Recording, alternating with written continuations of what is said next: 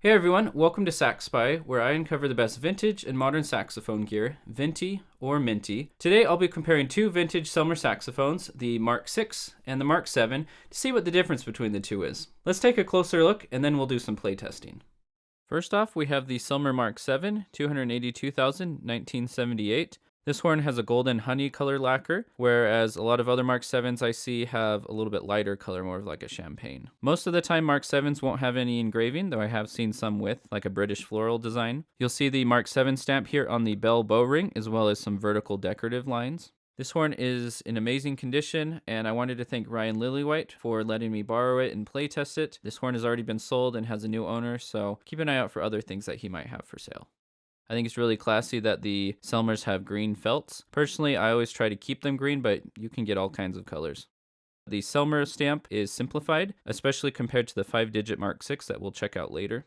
Some of the more noticeable redesigns on the Mark VII are the key shapes. For example, the alternate F-sharp key is an oval-shaped pearl, and the E-flat and C keys are more long and squarish. The right-hand thumb hook is also plastic, like the later half of the Mark VIs. Also note the sloping design of the high E key. High F-sharp also comes standard on the Mark VII. Another unusual change is the widened, oversized left-hand spatula keys, including the G-sharp, C-sharp, B, and B-flat keys. As we take a look at the left-hand stack, you'll see the pearl front F key, as well as the adjustable front F key slider, which controls how much the high F key will open. And that actually has a really big impact on the response of the lower altissimo notes. The side B-flat and C keys have returned to a Y-arm configuration, leaving behind that noisy ball joint. The left-hand thumb rest is plastic and matches the right-hand thumb hook. As we go up to the neck, one of my favorite things is the numerical 7 logo on the neck shield. I feel like this is a really personal touch on the horn, as the previous logo was on just about every other Selmer before it. Although this neck has the gold S, I can't confirm whether other Mark VIIs may have had the blue S or not. As we look on the reverse side of the saxophone, you'll notice a very familiar bell brace. This 3-point bell brace is used on basically every modern Selmer and nearly every Selmer copy nowadays. Next up, we have my own personal Selmer Mark VI, 79,000, 1959. And immediately you can see this great contrast in the lacquer and the bare brass. It has a nice, deeper amber color with a little bit of red in it. This horn does have the iconic bell logo stamp of the 5-digit 6s, as well as the London stamp, which an old SBA might not have. This horn is American engraved by hand with a nice floral design that wraps around the bell and stops before the bow. 6s in this serial range won't have the Mark VI stamp on the bell bow ring, but I do want to point out that ornate sort of spiral design.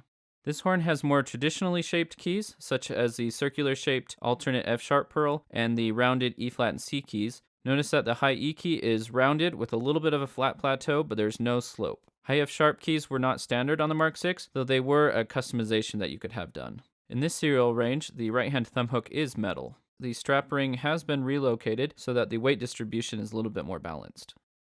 The left-hand spatula design is probably the most timeless design, as it's used on most modern horns nowadays. You have that articulating tilting B-flat, as well as connections to the G-sharp key. You'll see a pearl high F key, as well as an adjustable front F key mechanism. And I also added the Oleg key riser so that I have a little bit easier time playing those altissimo notes. The side B-flat and C keys have loop arms, though later Mark VIs had the ball joint, which was really noisy.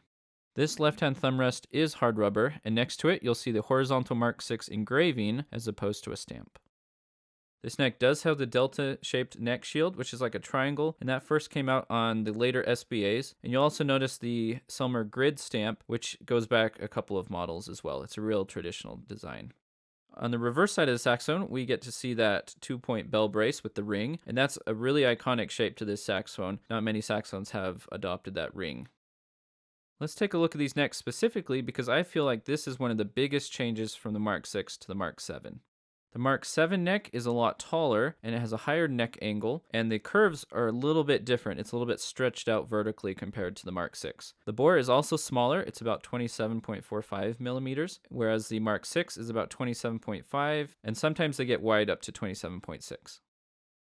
Now that we've talked about the physical characteristics of the Selmer Mark VI and the Mark VII, I wanted to talk about some pricing and some other things to consider. As far as availability, the Selmer Mark VI and Mark VII aren't really that rare. At any given time, you can check out a variety of saxophone shops, and they're going to have models from all sorts of price ranges and conditions. You're going to find originals, relacquers, silver plate, anything that you really need. So finding one isn't really the problem. When getting a vintage Selmer, the main thing I would have you start out with is set a budget, and then look for a horn that plays well within that budget range. Surprisingly, there were about twice as many Mark VIs as there were Mark VIIs, but Mark VIs still have that higher price tag to them. A lot of that comes down to the tradition of the Mark VI, as you'll hear it on a lot of records during the golden era of jazz. Now, I've played great 6s and great 7s, and I've played 6s and 7s that are in poor repair that weren't quite as good. In different saxophone circles, you'll find that the Mark VII tends to have less of a reputation than the Mark VI, and for that, I'll defer to Pete Chrisleib's opinion. He's got better ears than I do. In Paul Perez's book, Playing in the Attic, he has this introduction part where he talks about the Mark VII being designed to play more in the altissimo range, but that the upper range tends to play about a quarter step sharp. You might hear some of that actually in the playtests after this, but don't let that spoil your opinion about the Mark VII. Each of these horns are handmade, so always try them out.